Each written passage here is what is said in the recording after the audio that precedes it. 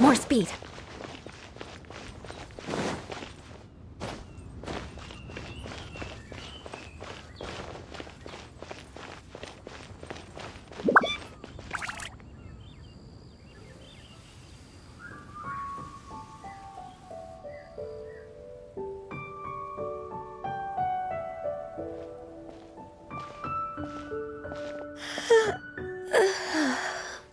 Greetings, Traveler in Paimon. What time is it? Are you okay, Ganyu? You were nodding off there. Didn't you sleep well last night? I'm fine. Don't worry about me. Let's discuss the matter at hand. Since last time, I've been thinking a lot about the story Paimon told me. In essence, someone rescued a drowning man and performed some music. If that were all there was to it, it could have been many people, human or Adeptus. But the tune was allegedly so wonderful that the drowning man forgot about everything else, even his own impending death, and only came to his senses after being brought to shore.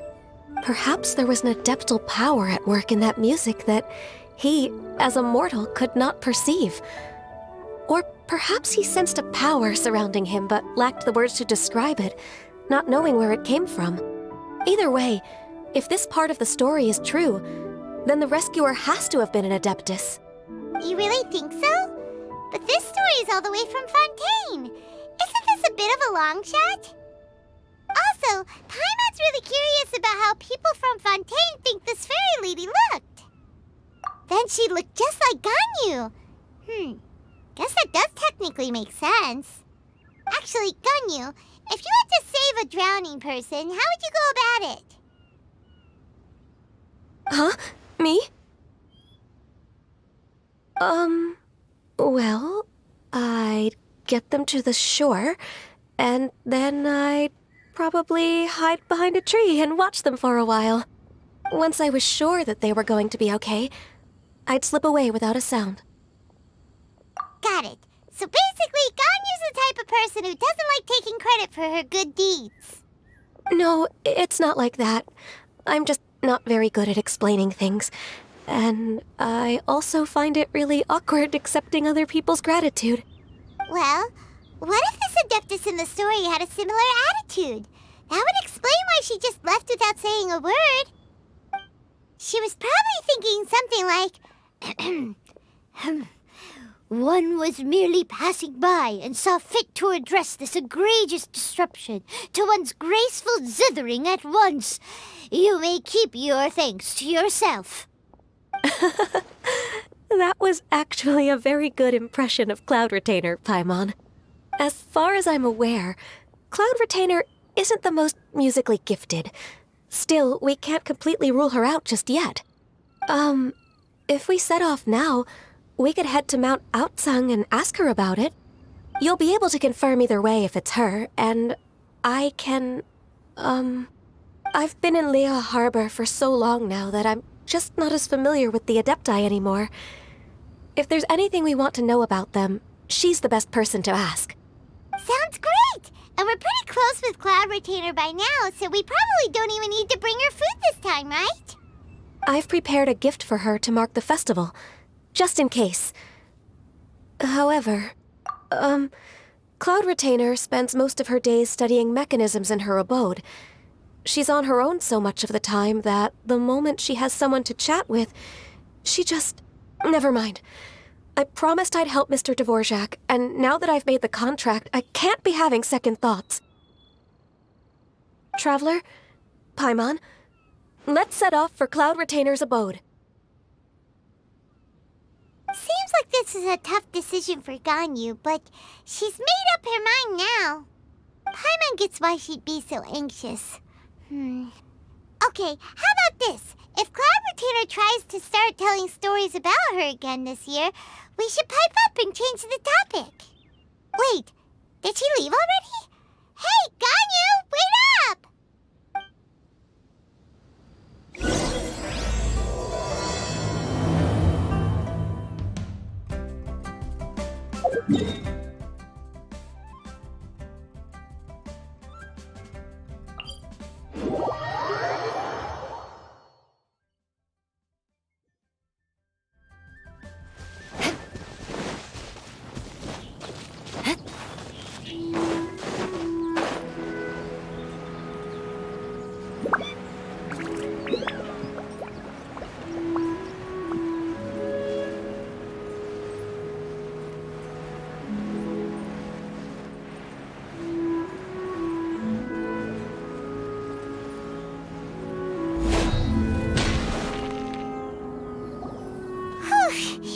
Paimon's so tired from trying to keep up.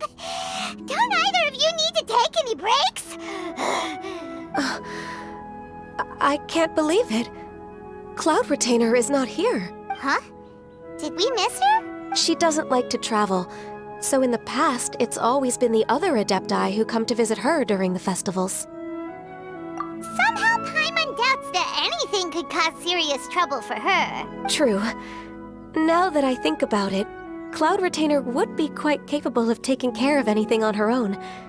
There's no need to worry about her. Since she's not here, I guess the next step is to check all the other Adepti abodes, one by one. Uh-oh. Will it involve a lot more traveling? Got it! Paimon has a great idea! Please go on, Paimon. Our goal here is to find the Adeptus that helped Dvorak's ancestor, right? We can't hear any music right now, but if she's really as nice as the story suggests, she'd definitely come to help anyone who was drowning, right? Yes, I think that's fair to say. So, all we have to do is get the Traveler to pretend to fall into the water, and the Adeptus will come to the rescue! You know perfectly well that Paimon can't swim! Paimon would sink like a rock! Just trust Paimon! The water's pretty deep over there! Quick, swim to the very center!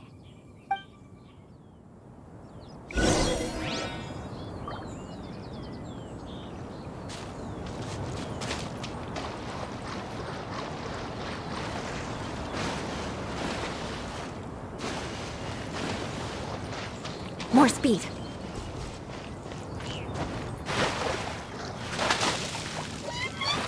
Help! Help! Someone's drowning! If only there was a kind-hearted Adeptus here to save us! Oh no! Whatever will a Paimon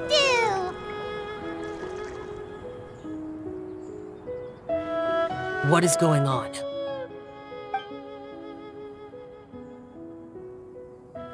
How do you feel right now? Shenhe!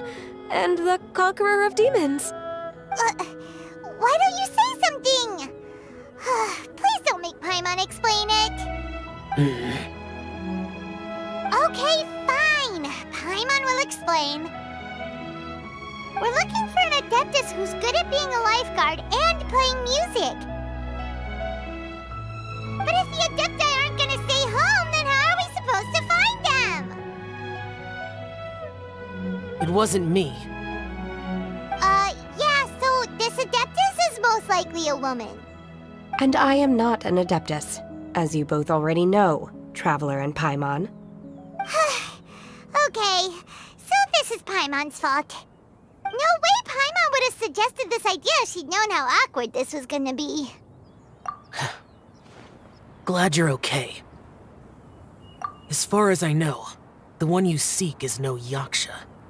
And one last thing. Your actions here caused others a great deal of worry.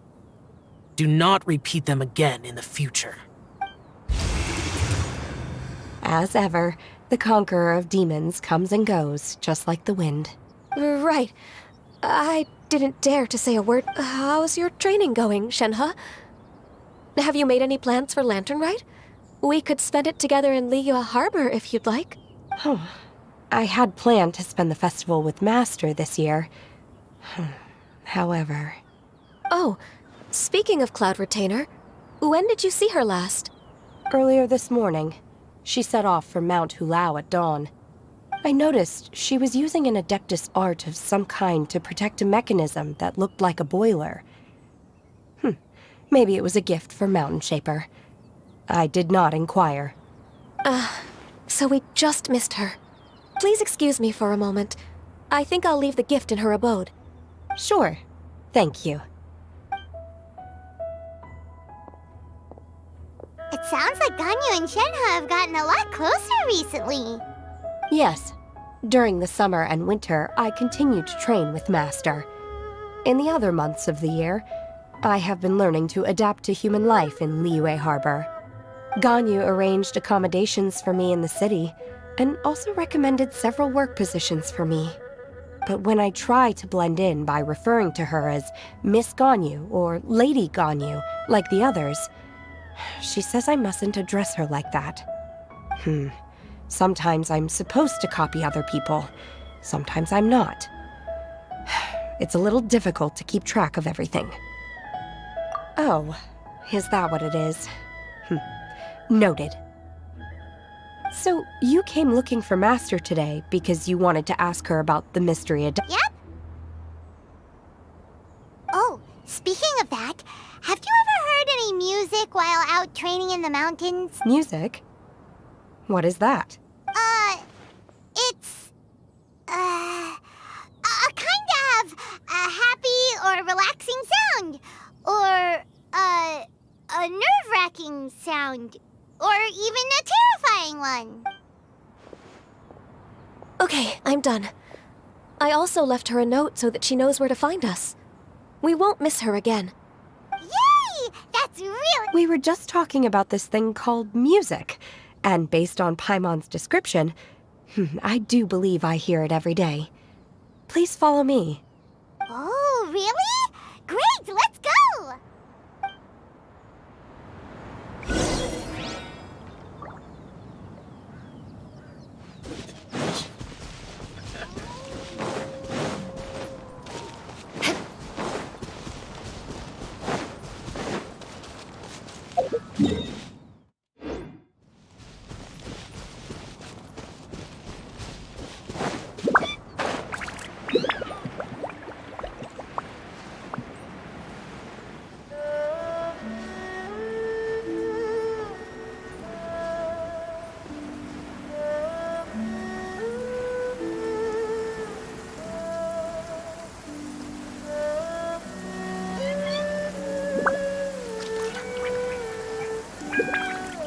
Quick! Under the umbrella, or you'll get soaked.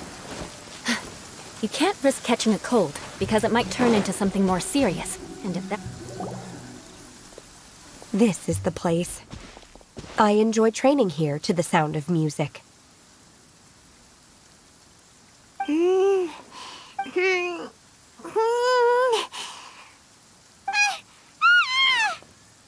Oh no! Paimon's got death! Paimon can't hear anything! Oh, whew! Paimon hasn't gone deaf after all! Paimon heard you when you just spoke. Anyway, where is this music? The faint sound of birdsong, the quiet murmur of the streams. These are relaxing sounds. Are they not the music of which you speak? Oh, Paimon wasn't quite done with the description. Okay, fine, it's all Paimon's fault. What we're looking for are not the sounds of nature, but melodies played on special instruments. Oh, and a melody is?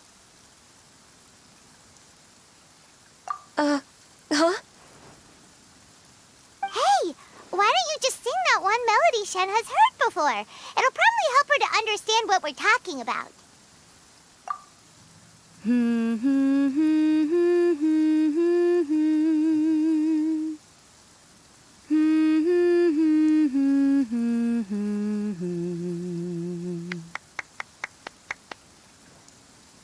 Oh, was that from the opera that Yunjin sang? Mm-hmm. That was a melody, and melodies can be called music. It felt like I was transported back to the past. In my mind's eye, I could see the Zhao lanterns lighting up the night sky again. We're all there, raising our glasses and drinking to our heart's content on the Jade Chamber. As I watched Yunjin's performance, I felt a warm sensation in my heart. And as the drink reached my stomach, it went from warm to hot.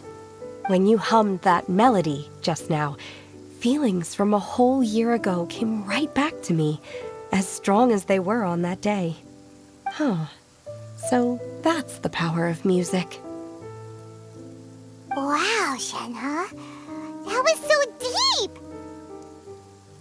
Music definitely has the power to bring up memories. It's like a time capsule with all the special moments from our lives squished inside. What about you, Ganyu? Are there any melodies that have left a deep impression on you?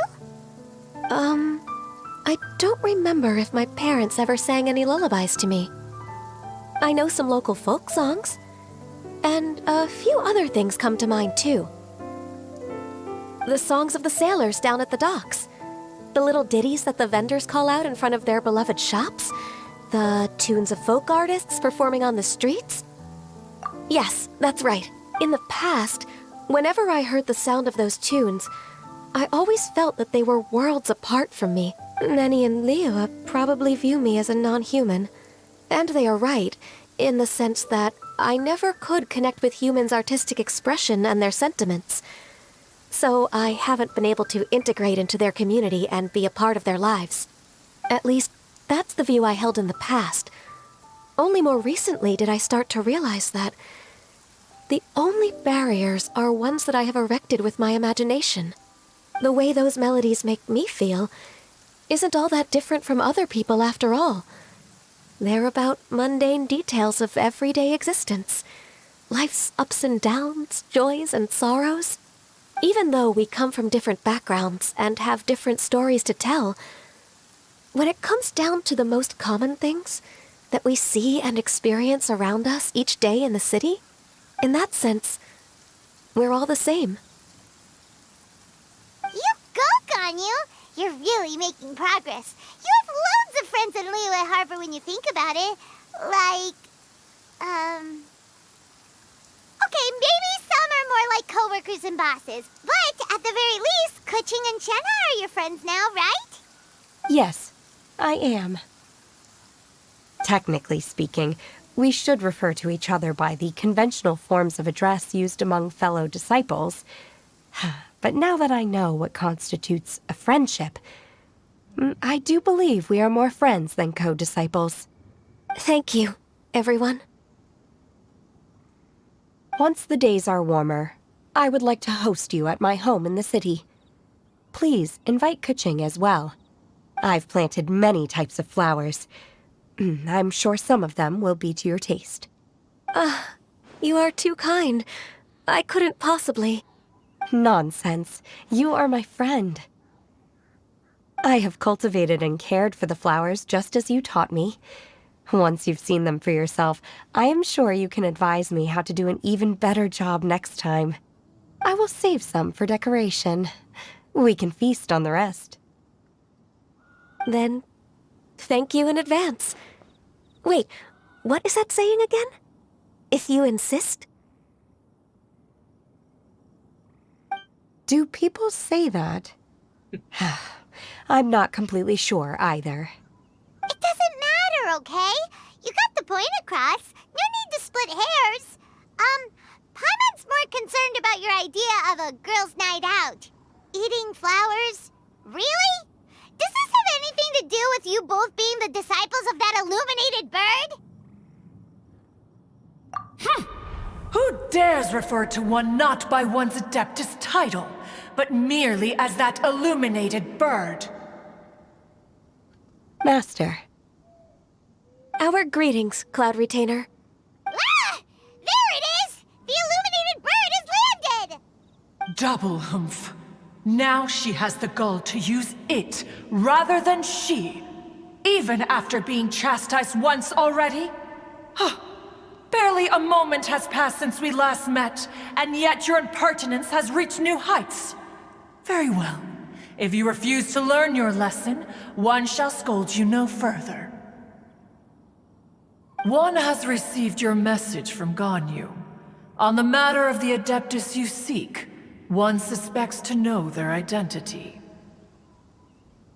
Well, shall one lead the way? I still have to complete my training for today, so I will bid farewell to everyone here. Very well. Await my arrival at one's abode later this night. On this special occasion, you should indulge yourself with some savory dishes. If you want to release a Shao Lantern, come and find us anytime.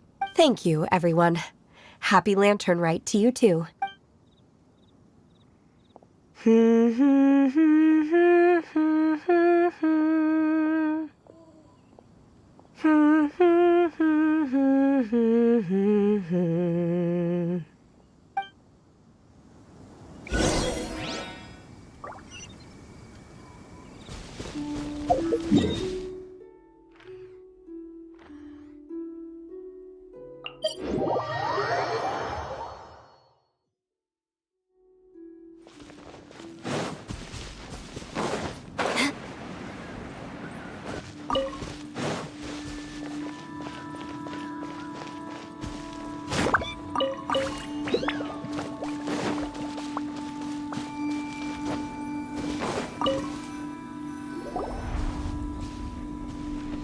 Is this Quaily Plains?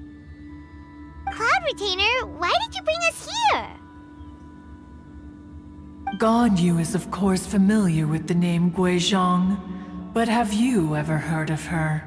Guizhong is another name of Agentis, the god of dust.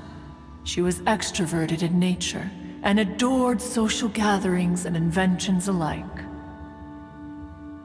Long ago, this region was yet a prosperous assembly. Guizhong often invited her friends to visit her home, reserving for us seats around the largest stone table. Sea Gazer would always bring out his latest treasure and place it upon the table. He could be quite the braggart. Though usually a mild-mannered fellow, when it came to those collectibles he was so fond of, he always loved to show them off. Paimon remembers that name. So that's what Sea Gazer was like. He was an old friend and a former rival. One has many memories of him. Once he had brought out the treasure, it would predictably become the center of attention. Neither Guizhong nor one was content to let him just steal the spotlight. So we would then also present our proudest mechanical creations. As Adepti, we were each gifted in our own ways, and naturally proud of our accomplishments in our respective fields of expertise. As a result, one often quarreled with Sea Gazer. His treasures were not even of his own making. He just used his exploration skills to dig them out of the ground. How, pray tell, could he compare to me, when every single one of one's accomplishments were crafted by one's own hand? Cloud Retainer, you are getting competitive again. One digresses. Regardless, every time an argument occurred, Guizhong would come over to watch us during our mutual lambastics. On some occasions, she would join in, and on others, she'd take one of us by the limb and start uttering the most ridiculous nonsense. What kind of nonsense? No kind of nonsense were we spared.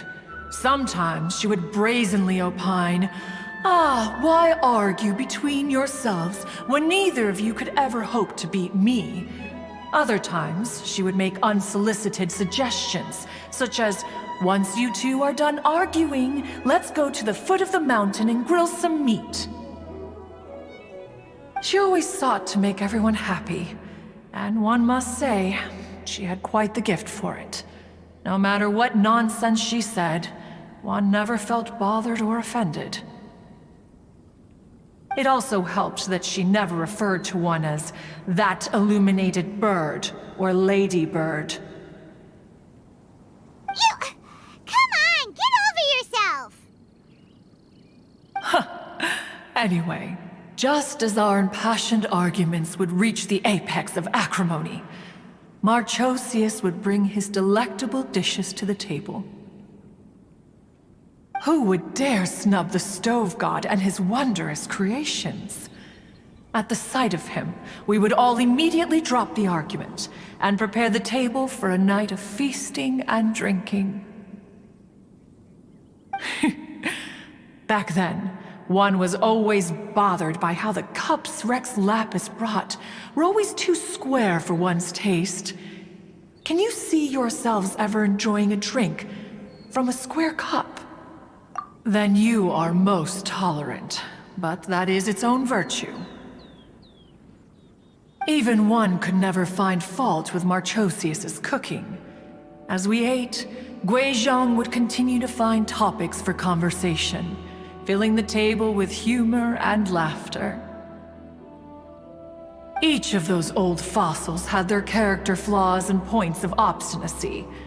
So why was it that whenever we dined together, we always had a marvelous time? We would drink together from a spot high in the mountains until the moon set and the sun rose, and only then would the banquet finally come to an end. Streetwood Rambler would often remain to admire the flowers with Guizhong before returning to her own abode. The glaze lilies were far more abundant back then. Entire fields of them would appear to the eye as a veritable sea of flowers. Streetward Rambler? That would be Ping. You probably know her as Madam Ping. Oh, okay. Wait, this is a lovely story and everything, but didn't we come here to find that Adeptus from Mr. Dvorak's story? Or are you saying that it was Guizhong? Didn't she, already, Alas, long has one avoided this place for precisely that reason. The sights here are a reminder of a time long gone, and evoke much sorrow. One should have guessed that you would disrupt one's poignant moment of mourning with your incessant questioning. No matter, one will share the whole story with you now. In times gone by, one quarreled oft with Guizhong concerning mechanical principles. We each had our ideals, and neither would yield. Under the pretext of a social gathering, one invited the impartial Rex Lapis to judge the quality of our creations. But Rex Lapis declared that Guizhong's obscuro vulpus mechanism was superior.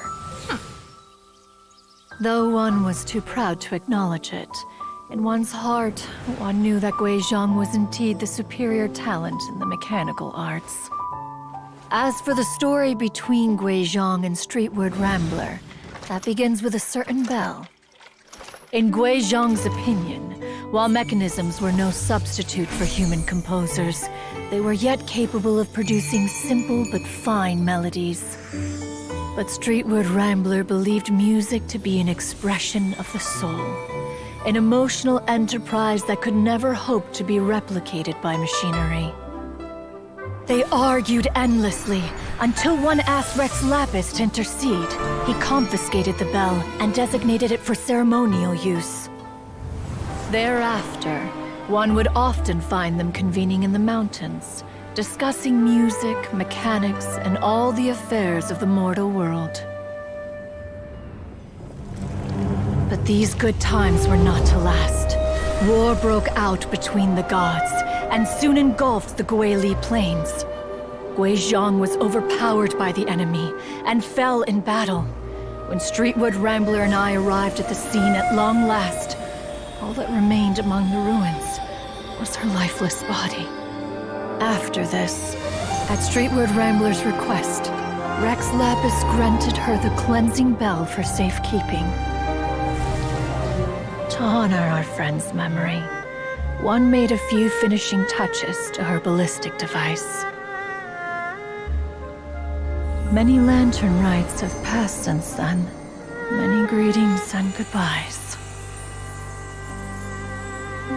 Upon what do you gaze? The Guili Plains? No. It's everything.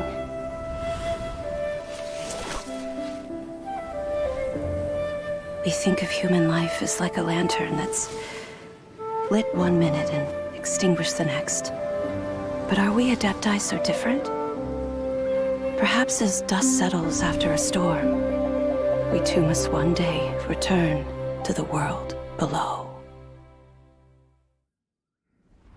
One has always been austere and private by nature, and has never relished socializing. One's dealings with Guizhong were born out of discussions on the discipline of mechanics. What? You have loads of friends, and you seem pretty chatty. Just because one is not ignorant of social graces does not mean one is fond of them. One is perfectly capable of partaking in conversation despite being introverted. But in the end, one is nothing like Streetwood Rambler. She is dauntless but thoughtful, not to mention eloquent and wise. Moreover, her friendship with Guizhong was far greater than one's own. Back when they were rivals, they would often compete against one another in the realm of musical composition. That cleansing bell was one of Guizhong's proudest works, having the ability to both compose and perform. Wait, that's weird. Didn't Madame Ping say she pestered an old friend for that bell? And she also said something about being a vain beauty when she was young or something. Streetwood Rambler, a vain beauty. My foot. That bell has a sad history.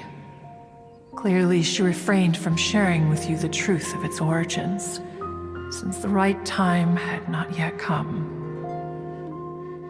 As for her old friend, who else could it be? As soon as Streetwood Rambler heard that a certain Zhang Li wished to borrow the bell, she realized that the man was none other than Rex Lapis, and that he had made an enormous decision. After all, we all have known each other for several millennia. Some things between us are implicitly understood. Whoa! So they were talking in secret code? Oh, Paimon did not see that one coming. Enough of your intrusions. Where was one up to? Ah, yes. One remembers now.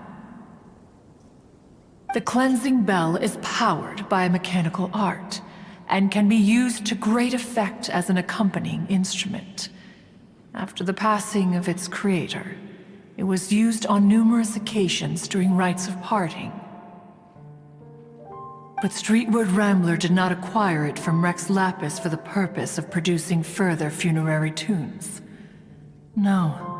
Each time she rang it, it was to play the tune that Guizhong composed on it. The two once clashed over their beliefs about the meaning of music. Who would have thought that with Guizhong's passing and Streetwood Rambler's mourning, two tunes composed in discord would eventually become one harmonious composition?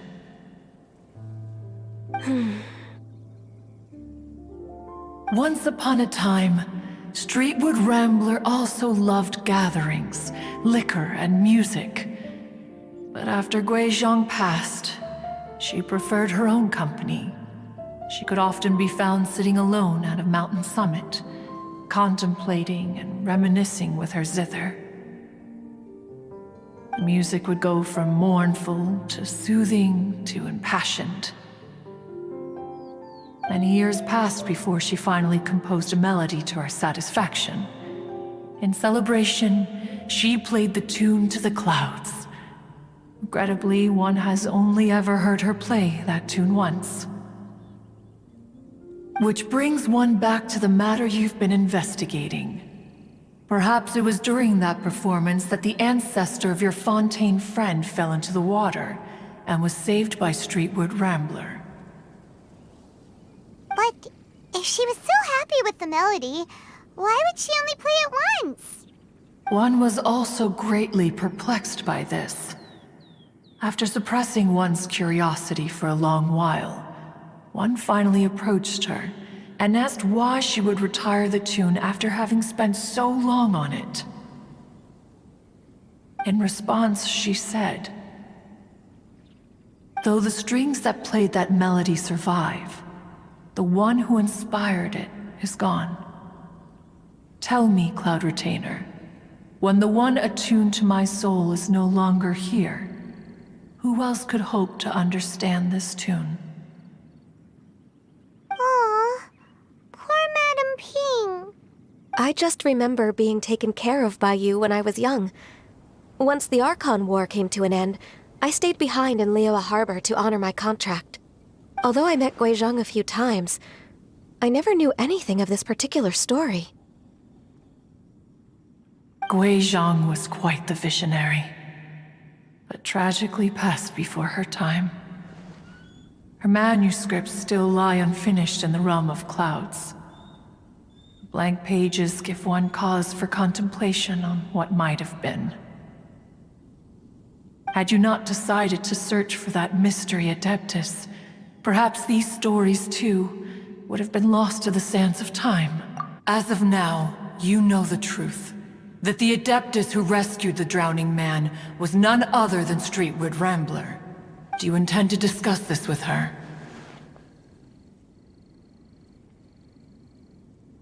Do you mean Ping might find the topic too distressing? Precisely. The passing of our old friend is a heavy topic that both of us are usually careful to avoid. If I may be so bold, Cloud Retainer, could it be that this is just your own personal opinion? Oh? How so? I've been in Liyue Harbor for quite a long time now, and I've witnessed many farewells along the way. So I, too, am well acquainted with the pain of the passing of a loved one. But this doesn't bring the city or its people to a standstill. They have to keep moving forward. Someone as perceptive and wise as Ping will surely have come to understand and embrace this. Though these immortal mountains have lost an Adeptus, the harbor of mortals has gained a wise elder. No loss can ever be undone, but there is always much that can still be gained. Ping has helped countless people, and will guide many others in the years to come. And all to whom she extends a helping hand become her friends. People she can admire flowers and discuss music with. Though it is heartbreaking to lose a kindred spirit, life goes on, because there are new friends waiting for you further down the road. We even asked Madam Ping what she thought about adding a music festival to this year's Lantern Rite. When we get back, why don't we just ask her if she'd like to perform? Maybe we can even get her up on stage. You youngsters and your imaginations. Why don't you come with us? It's been a long time since you last spoke with Ping, and Liyue Harbor is always decorated so beautifully during the festival period. Is not every Lantern Rite the same in this regard? Were there ever anything new to discuss? One and Ping could meet any day of the year. I disagree. Each new day and each new year is different from those that have come before. How long will you simply let them pass you by? The edibles she brought this time were indeed quite delectable. Very well, then one will be off. If the other old fossils have sneaked away into the city to amuse themselves, one shall soon find out. All right. We should be getting back to the harbor as well. We don't want to keep her waiting. Once the Guili Assembly, now the Guili Plains. Say, if we planted flowers there and cared for them carefully enough, do you think that one day we'd be able to recreate the sea of glaze lilies? Allow one to take back one's praise from a moment prior. You are still far too given to flights of fancy, child. What? Cloud Retainer? You were still listening? One observed that you were making no effort to leave, and returned to chasten and hasten you. This time, one is departing in earnest.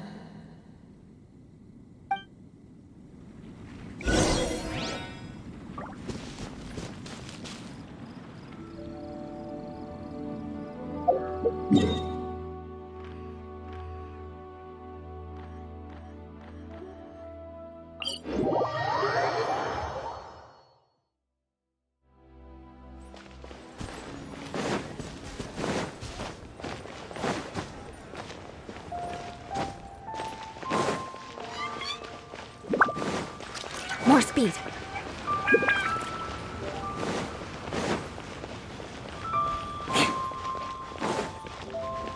More speed.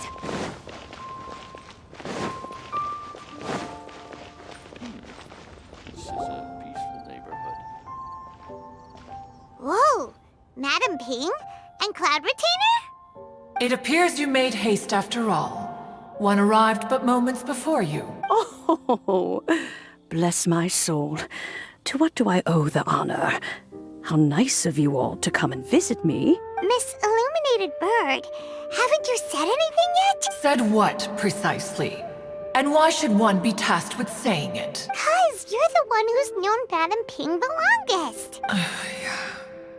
Street word.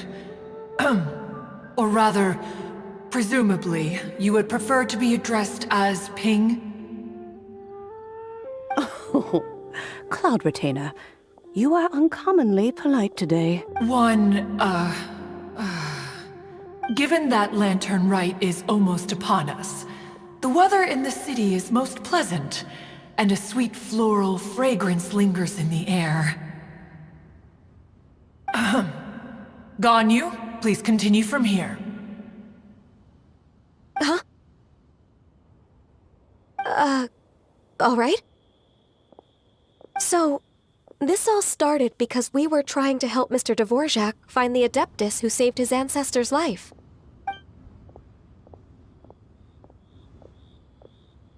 Cloud Retainer informed us that the one who played that melody and rescued the drowning man was none other than yourself.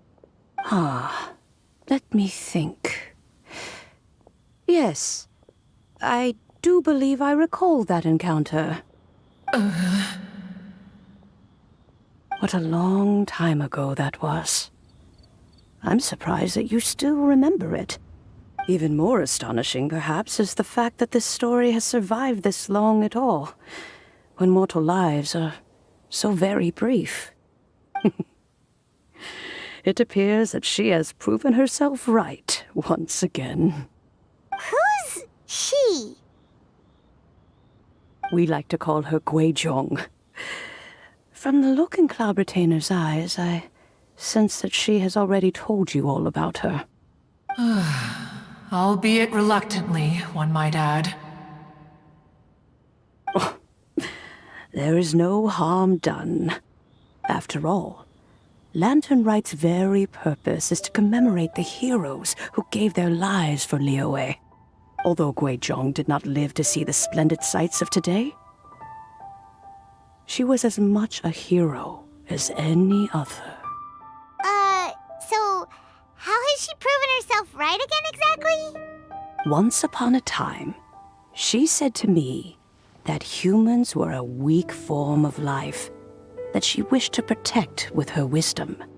But as she interacted more and more with them, her opinions on them began to change. She marveled at the beautiful complexity of their spirits, the sheer splendor of all they could accomplish through their hard work and intelligence. She told us that to underestimate human potential would be to make a grave mistake. With the smallest amount of guidance, enormous power can be unleashed in them.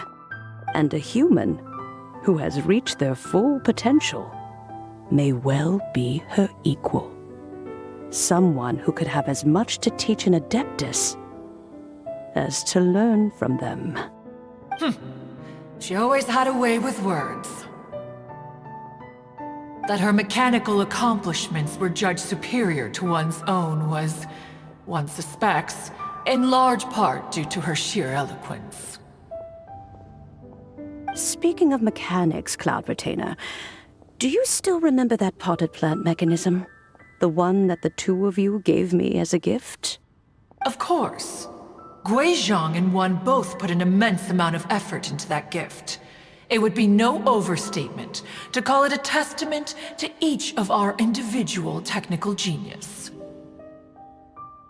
As Guizhong once said, it takes every blade of grass and every flower to make a homeland. When I see the sight of Liyue Harbor before us today, I am reminded of this.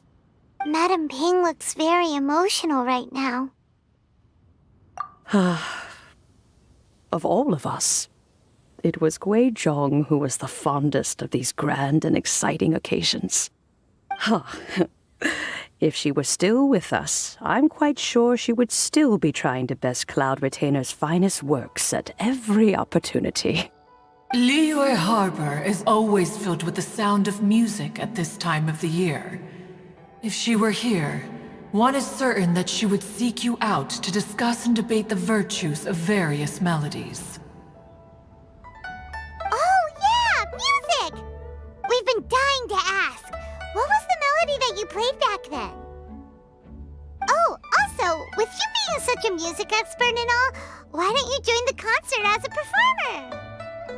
I can make arrangements right away. Oh, as much as I don't wish to dampen your enthusiasm, it's been a long time since I played this zither. My fingers don't have the dexterity they once did, and whenever I play that tune, it always reminds me of her. I start wondering what she would think of the changes I have made to her melody. There was a period of time whenever I started strumming, it almost felt like she was back again. Sitting right there on the stone stool next to me, chatting away. Skybracer and Seagazer too, looking just like they did in the old days. No matter how much time goes by, the moment that melody starts playing, it transports me right back to that time in my memory. So the past still weighs heavily on your heart? Well, I would be lying to myself if I claimed to have completely moved on. But that is not to say that grief doesn't get easier with time. Despite the sadness, I have found many things that bring me joy in life. It is simply the nature of the world in which we live that, even if one wished to mourn for an eternity, it would be a nigh impossible feat. Just look at this potted plant. Isn't it stunning? It takes an honest and open mind to confront and conquer grief. You have indeed made progress. Be that as it may, I shall leave the lantern rite stage to the youth of today. Well, if you're sure. Granny! Whoa, what's everyone doing here? Did something bad happen? Ah, and now we've spooked Yanfei. No, everyone's just here to give me their regards for the holiday. Oh, that's wonderful, I'm glad. Well, in that case, happy Lantern Rite, everyone. Happy Lantern Rite. Oh, I just remembered that I have some, work to do at Yuehai Pavilion that I need to discuss with Yanfei. I haven't been able to find a chance until now. I will leave Mr. Dvorak in your capable hands. Cloud Retainer, Ping, we will be off for now. Huh? Does it have to be right now? Which case is this again? Hey, Ganyu! It seems Ganyu still has much to learn when it comes to the art of deception. What a pity. She has learned nothing of one's ability to carry a conversation. Since it's been so long, Cloud Retainer, why don't you stay? I'll make a cup of tea and we can chat a while. Gladly. This was one's intention as well. When you next see the Fontaine musician, please give him my regards. I'd like to wish him the very best with the concert. You got it, Madam Ping. Thank you all. I think you've listened to enough of my nattering for one day. As for that melody, I will play it for you all another time. Goodness knows I need to practice it first. Wow, that'd be great. We'll look forward to it. When that time comes, wherever her spirit may be among the countless grains of sand and specks of dust between the harbor and the mountains, perhaps she will look at the Liyue of today and steal a smile when she sees the prosperous land that it has become. All right, let's go tell Mr. Dvorak the news. Ping, what say you to convening more often in the future? That would be quite wonderful. But I must say, after all this time, I've grown quite accustomed to the harbor. When we are to meet, I shall have to trouble you to make the journey to the city. You sound just like Shenhe. The child is constantly telling one all sorts of stories from the city, as if one was partial to them. Have you ever considered moving to the city, Cloud Retainer? There are plenty of people here to talk to. I think you would find it quite the antidote to the monotony of solitude.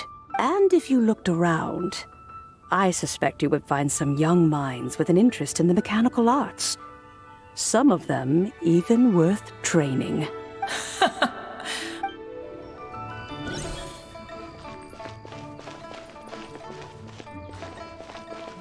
Ping, That would be you sound just... Have you ever considered... And if you looked around... We shall see.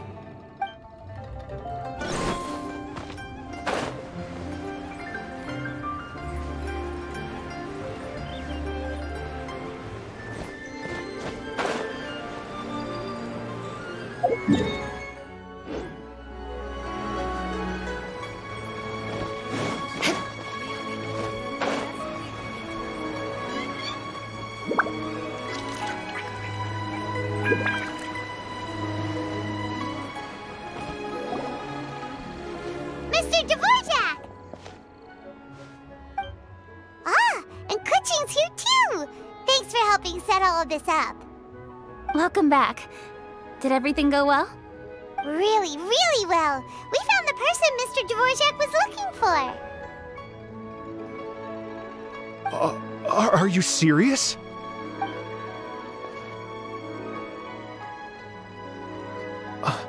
I see. So the melody my ancestor heard was an adeptus remembering her late friend? That certainly explains why it was such a powerful and poignant tune. Huh. That's a really interesting first reaction. Guess that comes with having a musical mind. I have to say, though, it's hard to believe that the fairy from the tale is now an elderly granny. Oh, Paimon knows exactly what you mean. Normally, Adepti don't age at all. But Streetward Rambler, or Madam Ping as we know her, probably only became old because it's what she wanted for herself. Madame Ping possesses vast knowledge and great wisdom. Whatever physical form she may decide to take, her mind and wits are as sharp as they come. Yep, Kuching summed it up perfectly. That's exactly what Paimon was trying to say. I think... yes.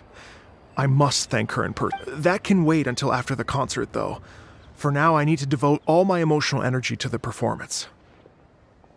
Ah, speaking of, Madam Ping wishes you all the best at the music festival. Paimon has a sneaking suspicion that she'll stay in her usual spot, but listen to the performances from afar.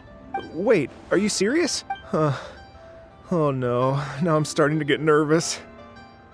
Okay, all right. Nope, another rehearsal is in order. Please excuse me, everyone.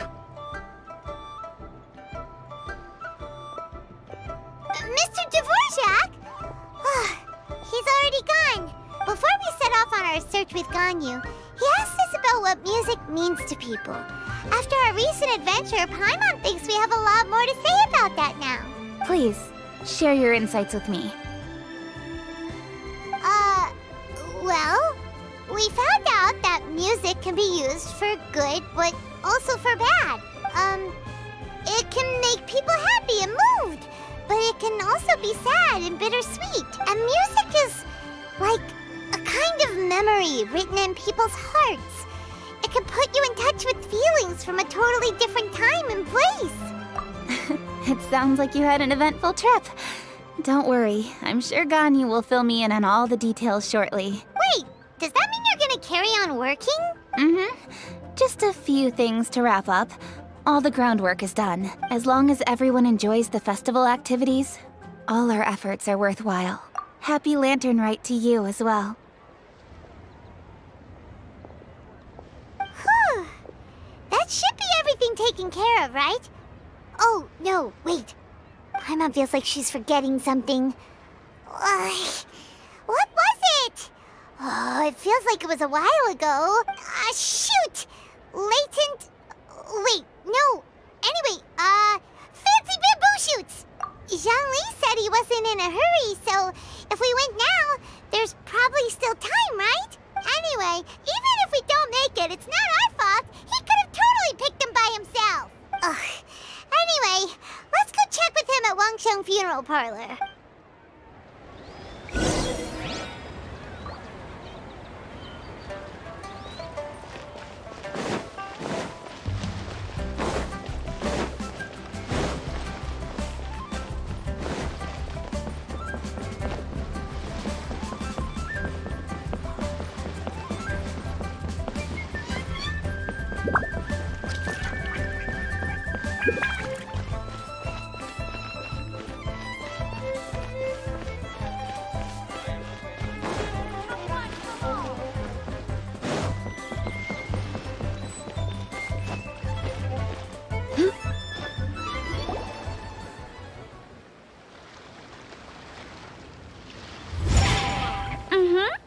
Da da da da da da da da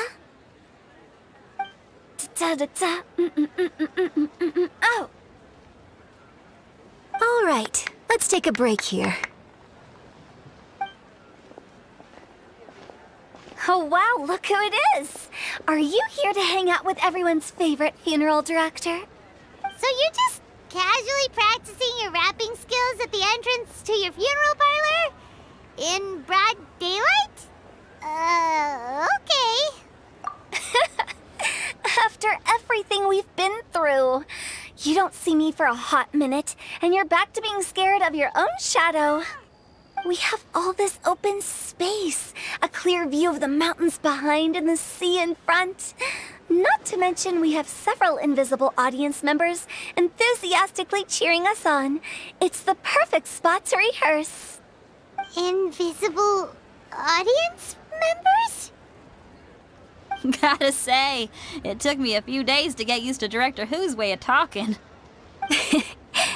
Xinyan was pretty spooked too when she first got here. Just like when she sees a frog, but a giant frog with sharp teeth. Come on, knock it off.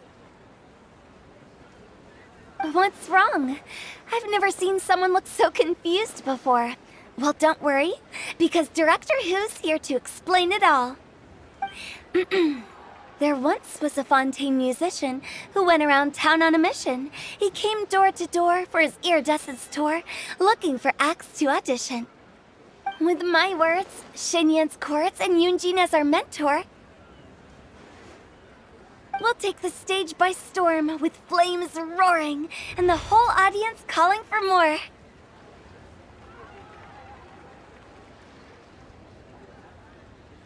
For sure! The whole dance floor will be yelling encore! Encore! Oh, now Paimon's rhyming along. But when you say flames roaring, are you sure this'll be safe? No, don't you worry about that. I'm pretty experienced on the stage, and I've already informed the Yuhong of all the pyrotechnics we're planning on using. Huh. Guess we'll just have to trust Xinyan on this one. Oh, Zhongli.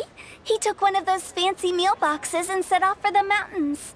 Said he wanted to pay a visit to some old friends. It's a real pity that he couldn't be around for this. As well as being a true connoisseur of traditional art forms, he's able to appreciate Xinyan's performances too. Yeah, that's right. Matter of fact, he was the one who first invited me to perform here. To tell the truth, though, I never thought I'd really find myself rehearsing here one day. Well, now you know. The Wangsheng Funeral Parlor is a great location. All of you are always welcome to come and hang out here, especially if you're in the mood to try something new. I can speak to that. Hu Tao is always full of fun surprise. And jump scares. Actually, Xinyan, I have some lyric ideas for your part.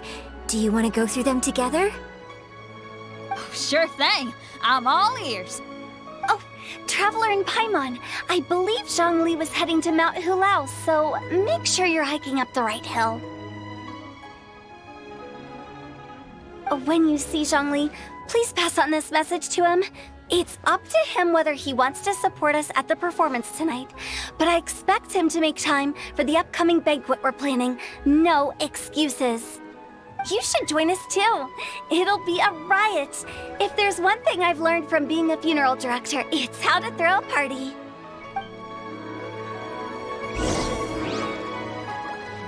Okay, everyone. I think that's a long enough break. Let's take it from the top, shall we? Ugh, Miss Eunice, such a strict mentor. These breaks aren't even long enough to have a sip of tea. Well, you were desperate to get involved, and this is what it takes. If I gave you half the chance, you'd be sipping tea till nightfall. Hey, how about I treat us all to some late-night snacks once we're done? Hu Tao, what you craving? How about some stir-fried filet with a side of crab roe tofu? Where are we gonna find crab roe tofu so late at night? We could always just go pester Masterful Chef Zhongling. Now I'm hungry. All right, let's knock this out and then go grab some food.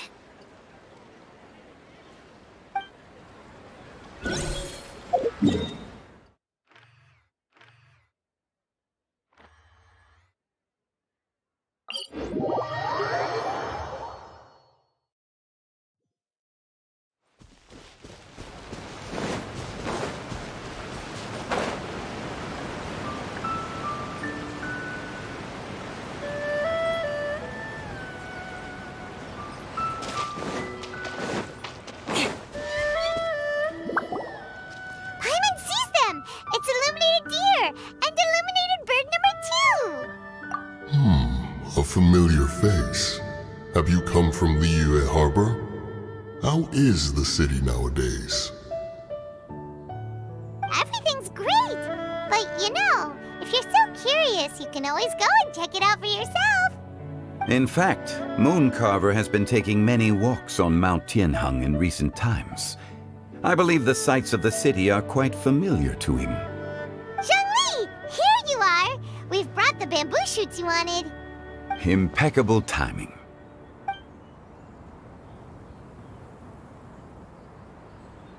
Traditionally, bamboo shoot soup ought to be slow-cooked for many hours on low heat. Using Adeptus arts to hasten the process is something of a shortcut.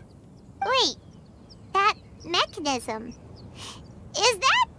Indeed. Cloud Retainer kindly lent me her supreme cuisine machine. Can we not just call it a cooking machine? Actually, never mind. She seems to take a lot of pride in her mechanical gizmos, so it's probably best if Paimon doesn't go changing the name willy-nilly. I trust that you found the answers you were seeking during your recent journey. Excellent. The past should be remembered, but not overly dwelt upon. Our journey should be seen as a means to take on more from the world around us. When the bamboo shoot soup is ready, I must insist that you try some for yourself. Oh, Zhongli! Hu Tao told us to tell you something. She said, it's up to him whether he wants to support us at the performance tonight, but I expect him to make time for the upcoming banquet we're planning. No excuses! When she says performance, She must be in the Lantern Rite Music Festival. As for the banquet, she didn't tell us anything more about that, but she invited us to come as well. As you can see, I have a prior engagement with 2 Adepti friends of mine tonight. Please, give Director Hu my best wishes for the performance. As for the banquet, since the Director insists, far be it from a mere consultant like myself to refuse. Yay! Then we'll see you there? Absolutely. Rex Lapis, the bamboo shoot soup is ready. Thank you. I will examine it right away. The appearance is exquisite, and the aroma rich and intense. The craftsmanship of this machine is commendable indeed. Since you came all this way, you should not leave empty-handed. Please, take some soup. It tastes most exquisite while still warm. I intend to reminisce with my old friends for a while longer. You ought to get back to Liyue Harbor. There is a performance you do not want to miss. Had one known that Cloud Retainer was in possession of such eminently useful devices, one would have sought to borrow one from her long ago. And yet, since you share my lack of enthusiasm for mechanisms and fine dining, it would have become a mere decorative ornament in your abode. Not so. Had one had such a device to make up for one's lack of culinary prowess, Shenhe would not have had to rely on flowers and herbs alone for sustenance while under one's care. In that case, shall we rendezvous with Cloud Retainer one day soon and request to borrow one more Supreme Cuisine machine? A fine idea. A fine idea indeed.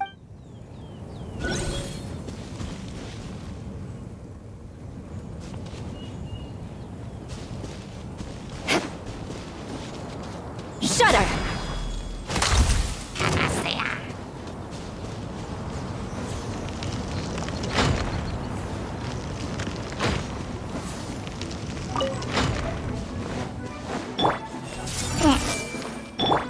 Allow me! Illusion shattered!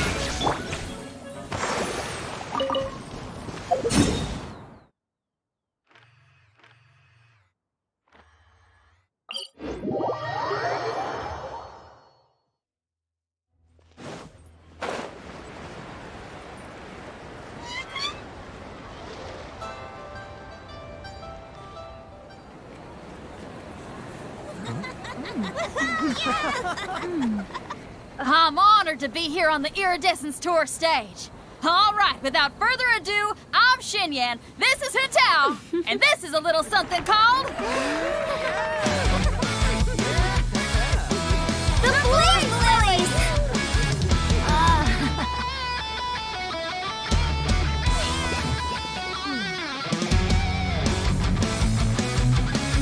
I'm up here blazing trails through the midnight sky, lighting up the world below. And when the crowds all hear my voice, they'll meet the spirit of rock and roll. Let's go! Hey, you butterfly, you too buzzing by, guiding your way to the afterlife, opening the path without a fright. Oh, I'll light the fire, watch it blaze across the universe. I'll spit my rhymes, watch your step, or you'll get burned. Hey, woo!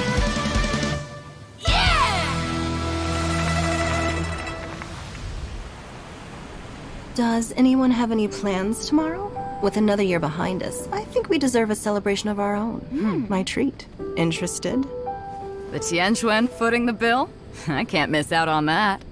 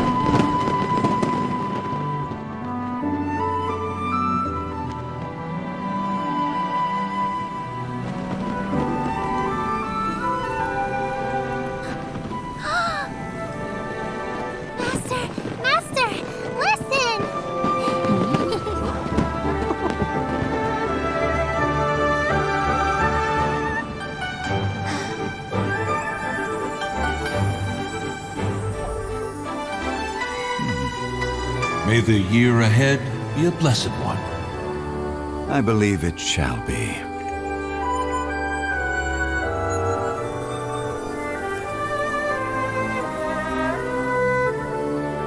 Master, the Shao lanterns, Ha! Elementary. One shall fashion for you a Shao lantern the likes of which the world has never seen. And you must take it to Liyue Harbor to display its magnificence for all.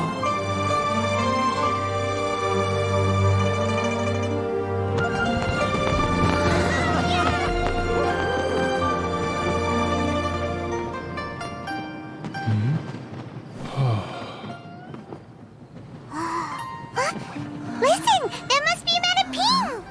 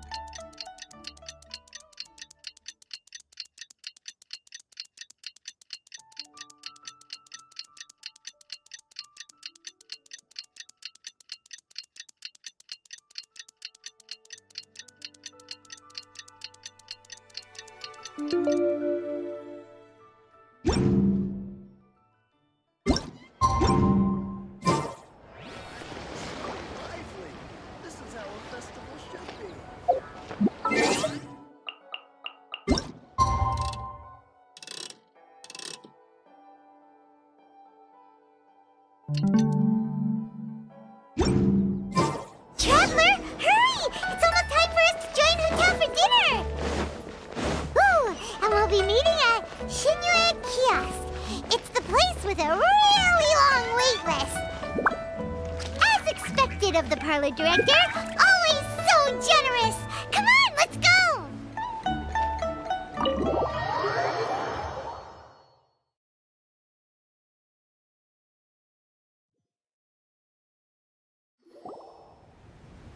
Oh, so that's how it is. Thanks for the suggestions, Mr. Zhongli. I have them all noted down. I've long heard that your knowledge encompasses all things old and new, Mr. Zhongli. But I never knew that you were well versed in the art of cooking, too. It is truly an honor to make your acquaintance. No need for formalities. I too feel humbled to be in the company of such talented young people. There are many things I could learn from you. Oh, you flatter us. If it's possible, may I trouble you to provide a few words of guidance for my practices in exorcism? Exorcism? I can't say I'm an expert in the field, but if you don't mind, we could start by discussing... Whoa, there's so many people here! All we knew was that Hotel invited Zhongli over. Paimon never thought we'd be meeting so many old friends! Happy Lantern Rite, everyone! Likewise. Please take a seat.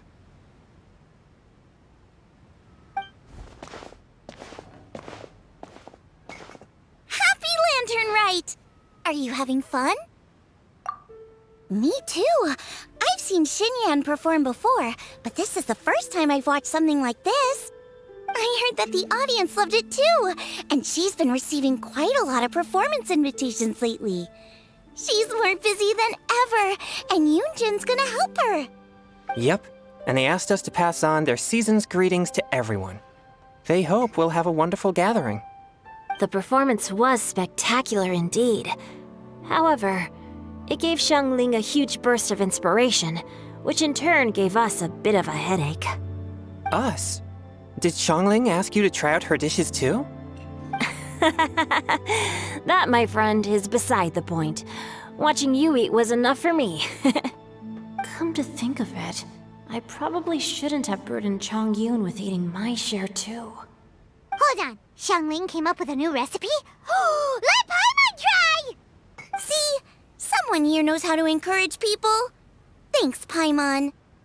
Oh, and I have to thank Mr. Zhongli, too. He gave me lots of useful pointers that really drove it home for me. Oh, so that's what you were talking about before we arrived. Yes. Since we'll be dining together, the topic of our conversation naturally revolved around cooking. Xiangling's ideas are truly unconventional. Her choices in both ingredients and spices are comparable to a melody dancing on the tongue. My suggestions were nothing more than the icing on the cake. Oh, the two of you always deliver. Now I'm getting embarrassed. Anyway, I'll get everyone to have a taste after I've adjusted the recipe based on Mr. Zhongli's advice. That sounds like it might become a little safer to eat. How about I sample the dishes next time? Speaking of eating, Paimon feels like we're missing someone. Oh, Huta was the one who invited us, but she's not here. And where's Guoba? Oh, Guoba volunteered to help Dad at the restaurant. You know, lots of people come over to eat during Lantern Rite. Without Guoba helping out, I probably wouldn't have had the time to accept Hu Tao's invitation. As for Hu Tao... The director went to collect a guest. She asked me to stay here and host you for the time being. Seems like it's almost time. Huh? Hu Tao went to fetch someone in person? Oh, that must mean they are super important. Could it be... Keqing? Ningguang? Or Captain Beidou? She didn't clarify. And as her subordinate, I couldn't just pry into the details, could I? Ta-da! We're here! Oh, we're not late to the party, right? Right? Good thing the Conqueror of Demons and I are both as swift as the wind. And whoosh, we made it just in time.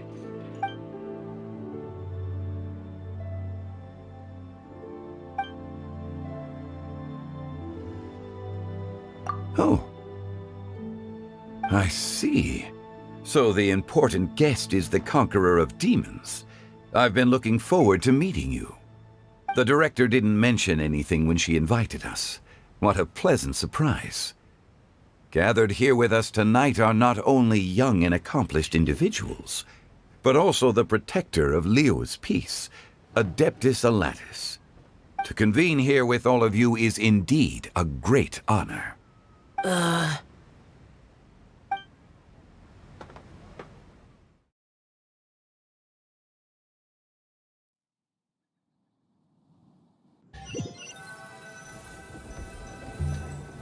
It's almost Lantern Rite, yet you took all the trouble coming here.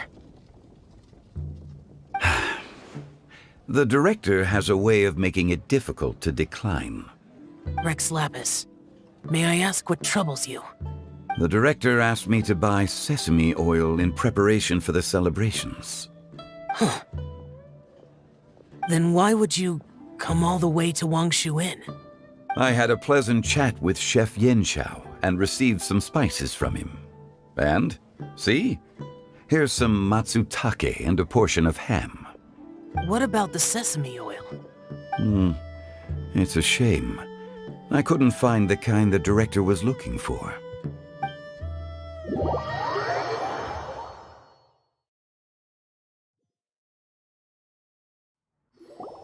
I'm sure you're exaggerating, Zhang... Sir. There he goes again. enough with the pleasantries. Go let our guests take a seat. Everyone here today is well known in their own field and has probably heard about one another to some extent. Some of us are even old acquaintances, so there's no need to be this formal. I heard that the Conqueror of Demons and the Traveler are pretty close, no? Great! You two sit together. You should take a seat too, Director. Oh, finally remembered me? When we arrived just now, the host at Xinyue Kiosk told me our dishes are almost ready. Perfect timing. Let's not wait any longer and ask them to bring out the food.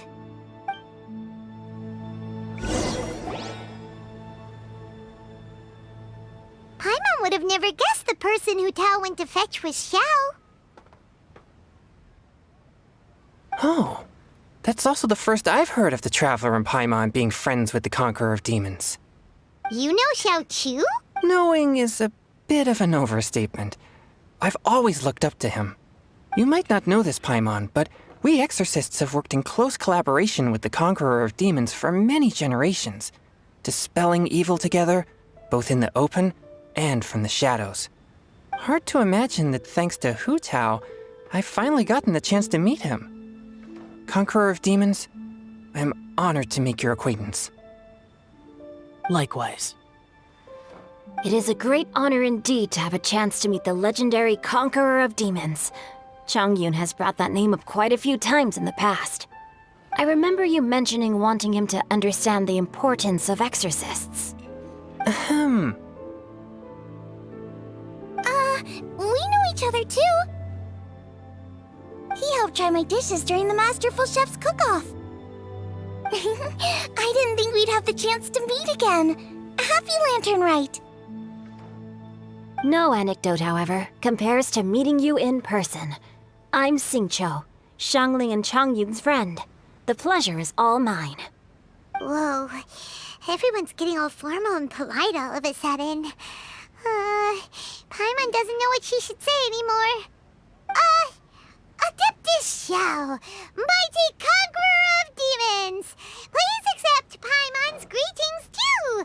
Belated Happy Lantern Rite. Paimon tried very hard to look for a fancy word, okay? Don't be too harsh on Paimon. There's no need to be so polite.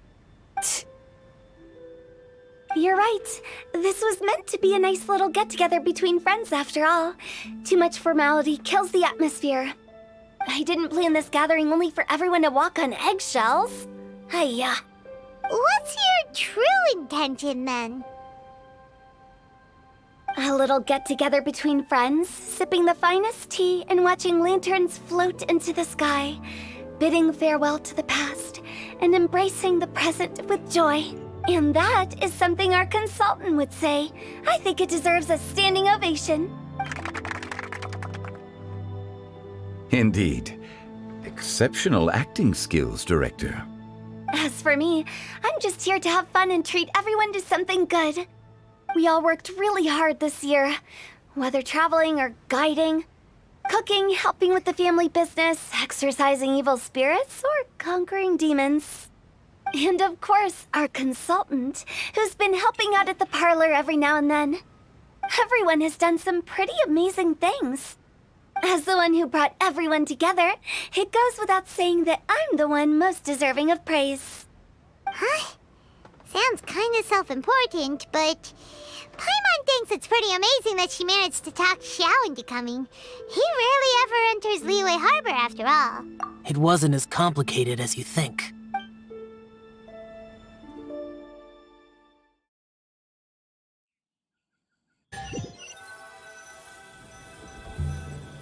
Okay, gotcha. Thanks, boss lady. It's not boss lady, just boss. And there she goes. What a lively girl. Conqueror of Demons, Adeptus Xiao. Guardian of Wangshu Inn, hero of Dihua Marsh. I know you're there. Quiet. Do not disturb the peace. Sorry, but you wouldn't show up if I didn't yell your name, would you? I know you.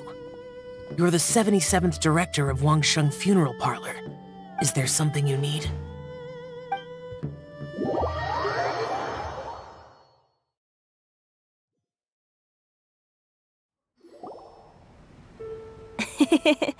That does sound like one of Hu Tao's antics.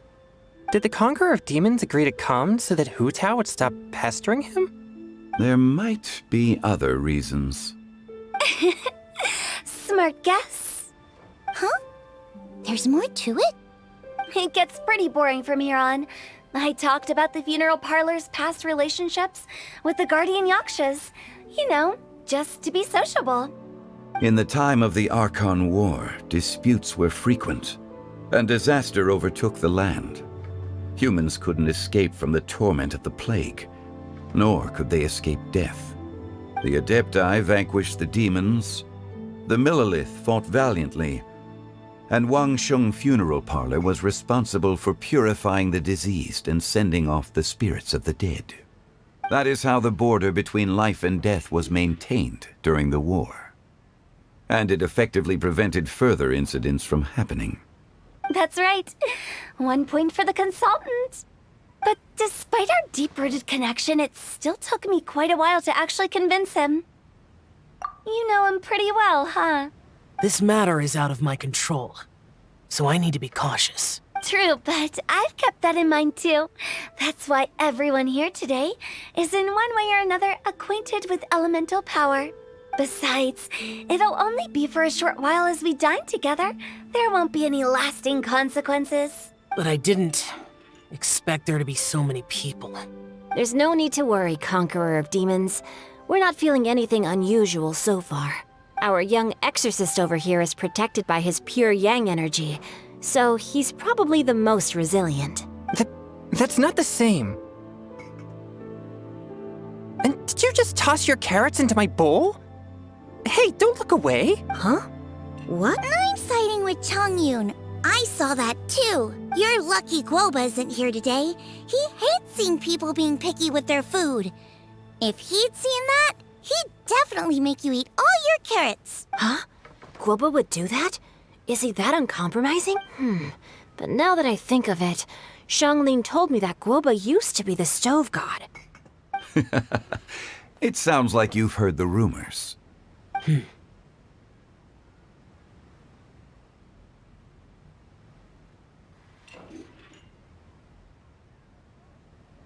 I'm doing fine.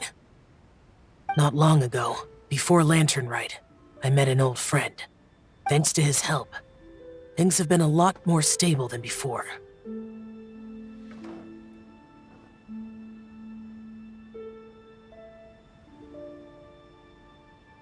Right!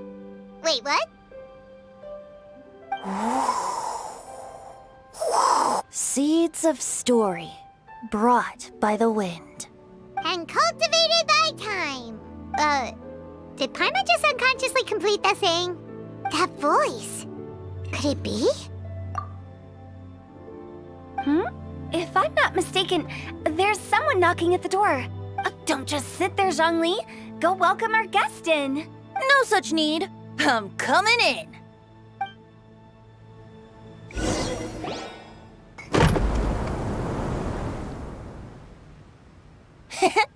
You finally let me in. Hello, hello. No matter if we've met before or not, this moment marks a brand new encounter. Old friends and new. Happy Lantern Rite. Oh, it's the tone-deaf bard. Oh, he seems to carry a valiant breeze wherever he goes. It looks like we're gonna be friends.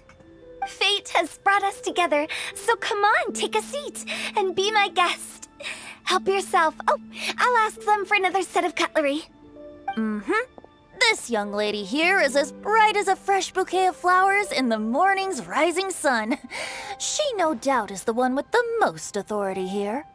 Whoa, these dishes look amazing!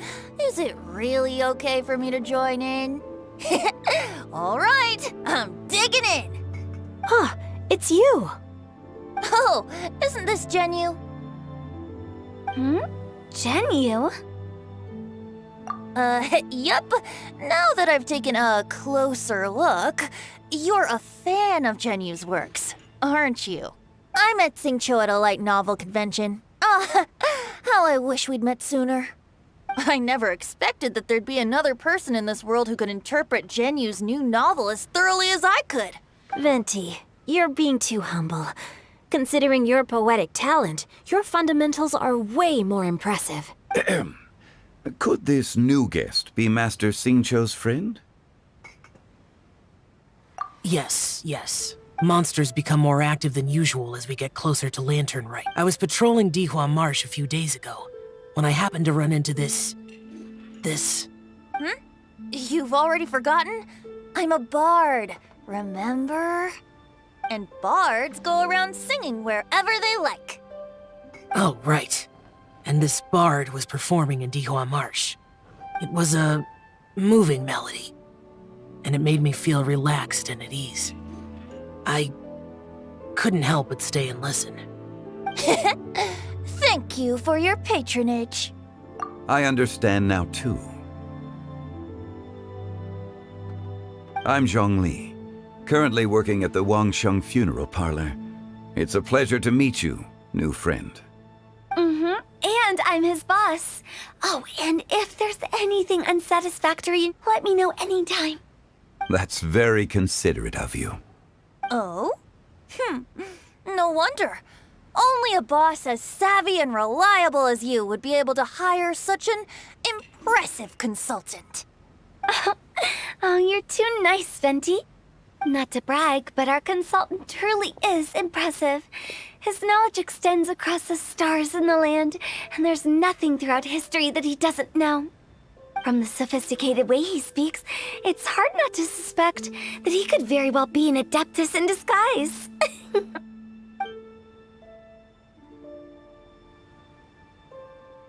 Xiao, you're an adeptus. Do you think it might be possible? Sorry. I'm only good at conquering demons. I'm afraid I don't have much knowledge in that matter. Really? But Paimon thinks you're super knowledgeable. Huh?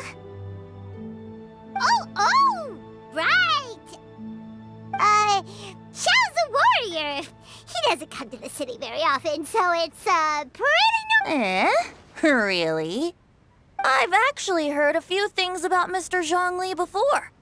The guests in the tavern talked about this refined and courteous man who, instead of having wine at Mondstadt's finest tavern, ordered a cup of hot tea with the most complex name.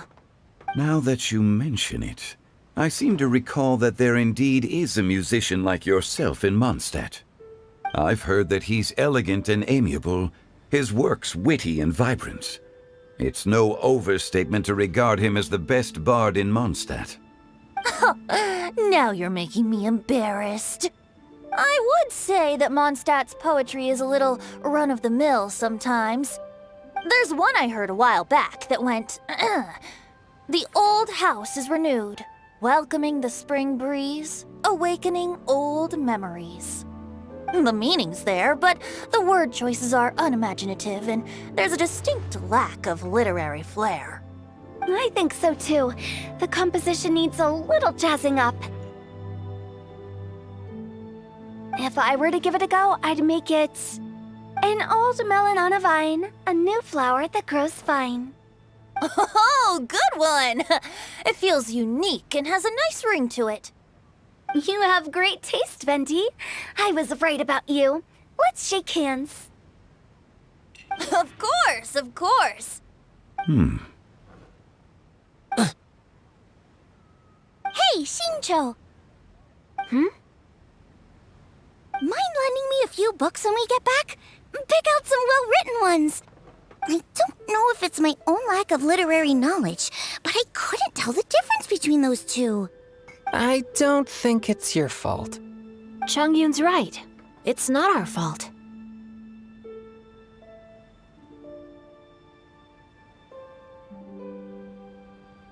Oh, you have a point. But speaking of, why is the tone-deaf bard here? Are you here to take part in Lantern Rite too? I heard that Eula will be hosting a Lantern Rite music festival this year, As a musician myself, how could I possibly resist the temptation to come take a look? Or listen. Getting to know other musical styles is essential to sparking inspiration, don't you think? As for the Fontaine friend who hosted the festival, I saw him near Stone Gate the other day. The Iridescence tour has finally been held successfully for once, so I had to congratulate him. Don't think anything of it. By the way, I was watching as you entered Shinyue Kiosk, but no one seemed to notice me. Should I say that it's because I'm an expert in hiding, or that a certain someone deliberately ignored the sound of the wind? Whenever Lantern Rite comes around, Liyue Harbor becomes bustling with activity. People are all busy watching the lanterns and strolling around the shops, and they might just go travel somewhere on a whim. It is rather difficult to predict another's whereabouts. The festival is in full swing and proceeding smoothly, and we're all gathered here with friends, new and old. This is no doubt a wonderful occasion worth celebrating. To come together with all of you at the beginning of the year, one can't help but be filled with joy. In a moment like this, I propose we raise a glass together. In my case, tea in lieu of wine.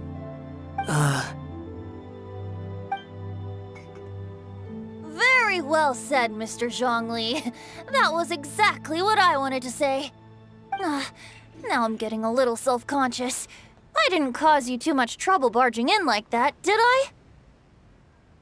We usually drink wine during occasions like this over in Mondstadt, but since Mr. Zhongli insists on drinking tea, I'll give a toast with tea too. Everyone, thanks for the treat. You're welcome. As the host of this gathering, I hope everyone enjoys the food and drinks. May this year be better than the last. Considering that everyone may have other matters to attend to later, sticking to tea seems like a good idea. All of a sudden, they started proposing toasts. Should we? What's with the urgency?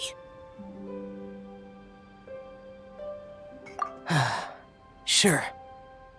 Have you two finished eating? It's always nice to have a breath of fresh air after a meal. Helps with digestion. Paimon will come too. Yeah? Okay then. Don't forget to come back.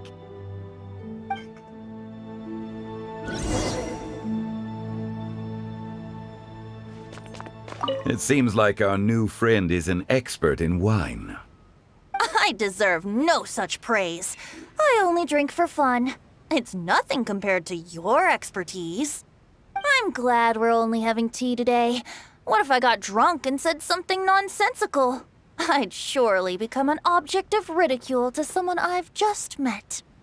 No such thing. I wouldn't dare disrespect the director's guest.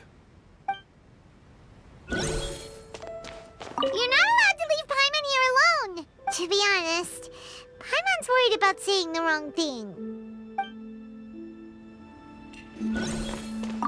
Did you talk about anything interesting before we started the meal?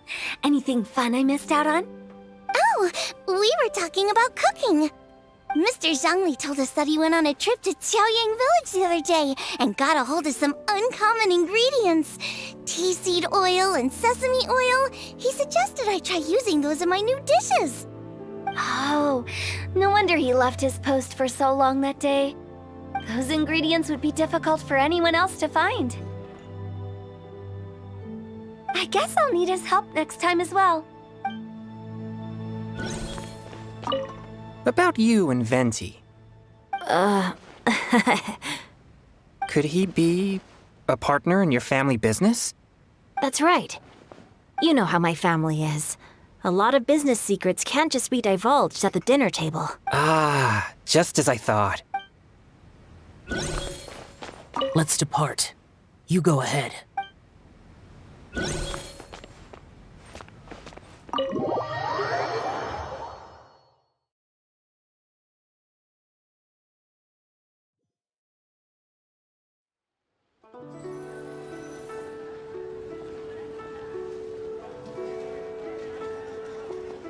Are you alright?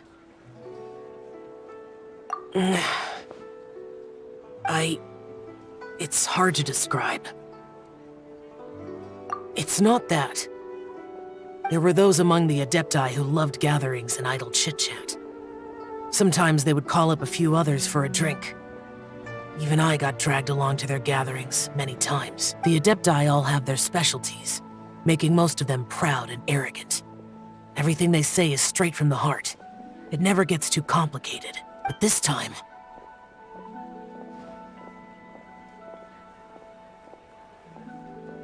That's not what I meant. Or perhaps I should say Rex Lapis is really good at adapting to human life. You could say that he actually enjoys doing so. And that's something I might never be able to do. That does sound like something you would say. No matter. I know my circumstances. Whenever I think of the ordinary conversations I've had with you, it feels strangely novel. Yes, the parlor director went out of her way with the invitation, so it was difficult to turn her down. I had made mental preparations before agreeing to come. She told me that all the guests today would be acquainted with elemental power, and I knew that you would be here, but I didn't expect the other guests to be... General Capisis always said that we should live in the present and enjoy every pleasant surprise. Perhaps that's what I should do with what I'm feeling now. But I think he meant designing clothes for those around him. The clothes were intricately designed, but inconvenient to wear. Brother Bosacius never tried to hide his distaste in front of him. Rex Lapis did like his designs and even collected quite a few. The outfit he wears now was also designed by General Capisis himself. I never saw him wear this during the war. I didn't expect him to start wearing it later. Oh, here you are. I'm not intruding, right? You're not. What is it? Hu Tao saw that everyone's done eating and asked the staff to bring out the desserts. Paimon got so anxious that you weren't back yet that she scarfed down her dessert without the usual slurping and munching. To be honest, I was kind of worried too. You looked a little restless just now, and I thought you weren't used to the food here and was planning to head back to Wangshu Inn for something Yanxiao made. You're worrying too much. Why would I? Anyway, let's head back. Please wait! There's another reason why I came looking for you. Here, take these. I brought them for you. Almond tofu? Yup. Since the Masterful Chef's competition, you could say that Yanxiao and I are not only competitors, but good friends as well. I visit him at Wangshu Inn sometimes to discuss our cooking. I heard him say that the esteemed guest on the roof loves nothing more than a good plate of almond tofu. So I learned a thing or two about the dish. I'll be honest. Before Hu Tao invited everyone, she secretly came looking for me, told me about the guest she planned to invite, and asked me for some suggestions on what she should order. So I made a few servings of almond tofu for you guys in advance. Take them as a token of gratitude for your support. When I told Guoba that I was making these for you, he started eagerly running around the kitchen and helping a lot too. Thank you for the trouble.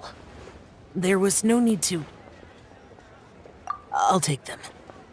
Thank you. And Guoba too. You're welcome. Oh, the almond tofu I made probably tastes and feels a little different from the type Yanxiao cooks.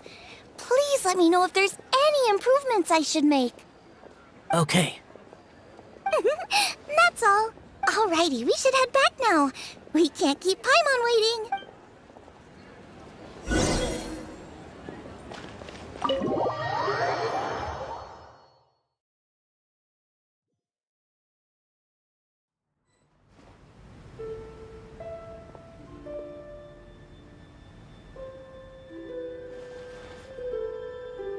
You're finally done whispering secrets to each other? So much for promising Paimon you'll be back soon. How could you say that to Paimon? In that case, besides having no sense of time, Paimon will let you know what having no sense of fullness looks like. Your dessert is all Paimon's! Sorry to keep everyone waiting. No worries, we're all just chatting here. There's no serious business to take care of. Whether we're chatting outside or inside, it's all the same. Paimon's too busy eating to talk to you. But even though we're all well acquainted by now, I think this festive gathering deserves something ceremonious. Oh? Is this some local custom? Nope. This is something I made up so that good luck will be on our side, that's all. Spontaneity is the best choice to make here. Let's use this incense burner on the table. It's been lit for so long now that the incense is running out. I'll leave refilling and lighting the incense to the most distinguished guest among us all. Lighting the incense will signify continuous growth and prosperity in all our endeavors in the new year. I see. Perfect symbolism, as expected of Hu Tao. And speaking of the most distinguished guest here today, I'm sure we all agree that it's Mr. Zhongli. I'm not very familiar with the details of his past deeds, but chatting with him has been a real eye-opener, even for a bard who has traveled all across the world. If knowledge were a form of power, one could even say that you're a wielder of unlimited strength. But when it comes to having a way with words, the notable bard is certainly one cut above the rest. I just happen to have a good memory. It is such an unexceptional skill, yet you made it sound like an unparalleled talent. I am truly impressed. Since we all get to nominate someone...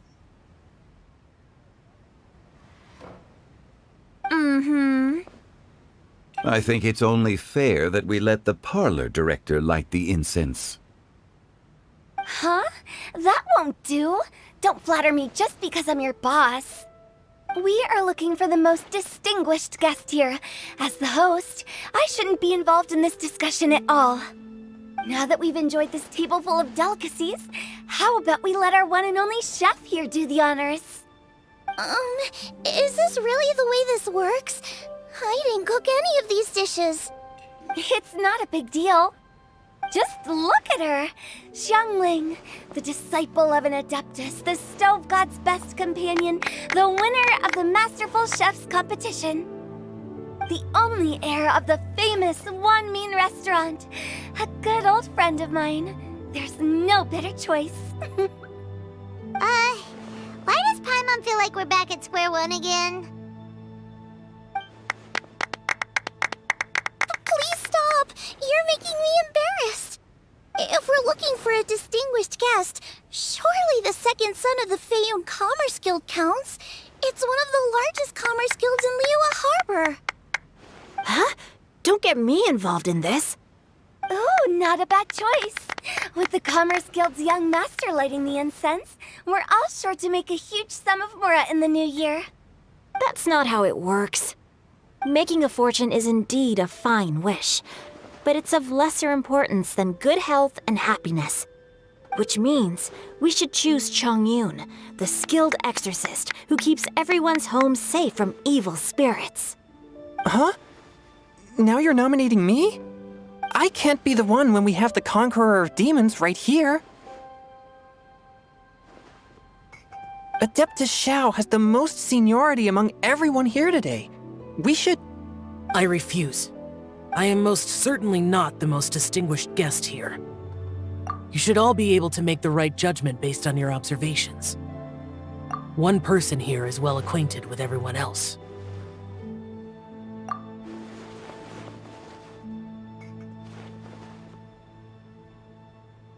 Oh, that's right! Even though you're always mocking Paimon, you're still pretty popular with other people. No, wait! Paimon said she wouldn't talk to you again. Huh? Who else is there? Huh? Huh? Does that mean Paimon's the most distinguished guest? Oh, well, that was unexpected! agree. Paimon's just the one we need. Without a friend constantly by your side, a long journey would become dreadfully lonesome. But once you have someone there to brighten up the atmosphere, everything along the way will become lively and vibrant too. Ah. The traveler has traversed many nations and left behind a great deal of fascinating stories. But without Paimon, they would have become quite monotonous. Paimon plays an indispensable role in making your journey a happy and smooth one.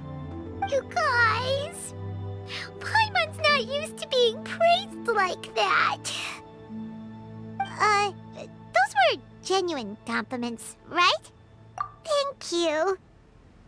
You made Paimon wait for a long time, but Paimon's not mad anymore.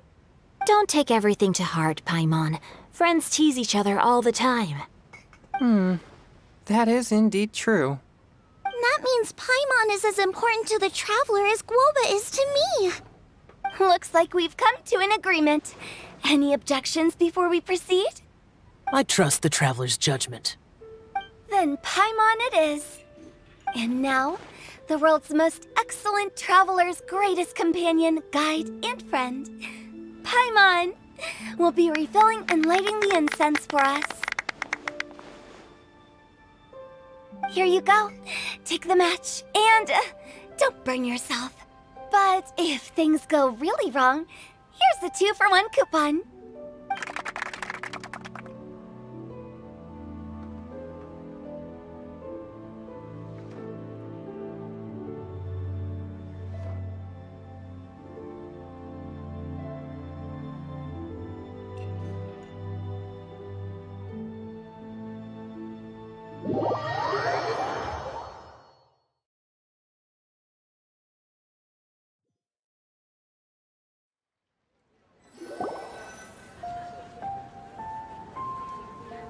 It's getting late. I won't take up any more of your time. You're all free to go as you please. Yep, the tea was amazing too. You don't have to go all polite on me. Just remember to come when I invite you next time. Let's see. It's dark out, so I'm going to accompany Xiangling, Xingqiu, and Changyun back home. As for the rest of the guests, I'll leave them to our consultant. No need. I'm headed towards the harbor to meet a friend on the ship. There's no need to trouble one such as Mr. Zhongli. I think you know the place I'm talking about. Come meet me anytime. It was great getting to know you all. Let's meet again when the spring breeze... Bye! Oh, we should write poetry together sometime. We'll catch you all later then. Don't forget to return to the parlor later. There's something I need you to do. Understood. See you later. Well then. Rex Lapis. Just Zhongli will do. I live as a mortal in Liyue Harbor now.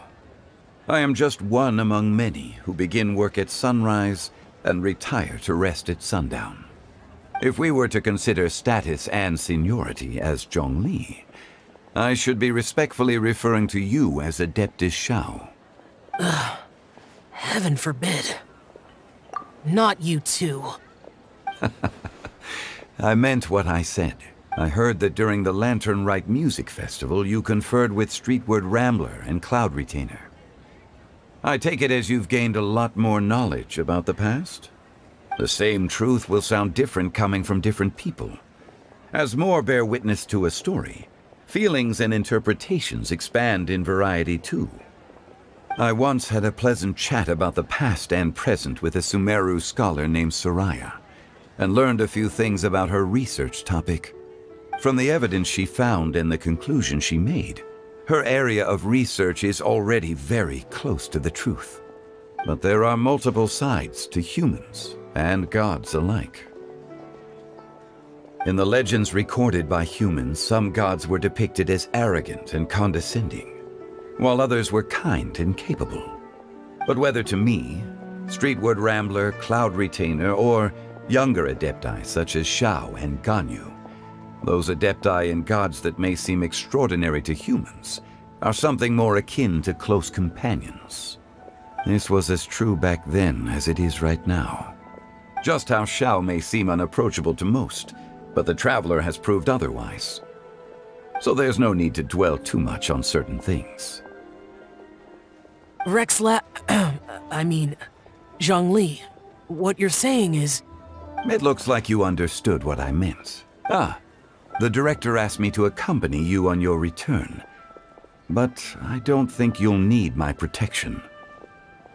I'll be taking a walk around and admiring the night scenery. After that, it'll be time for me to go back and meet up with the director. Goodbye for now.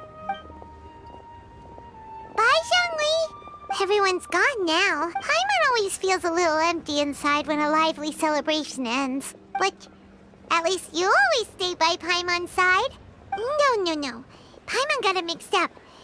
Paimon, the best and most distinguished travel guide, will always stay by your side, Traveler. Good that you're aware of that. Shell, is there anything else you want to do? We could take you on a tour of Liyue Harbor. No need. I've stayed here for much longer than I had expected. The city lights are a fine sight, but it's time for me to leave. The events of today occurred so abruptly. I appreciate your kindness. Okay, I'll see you next time then.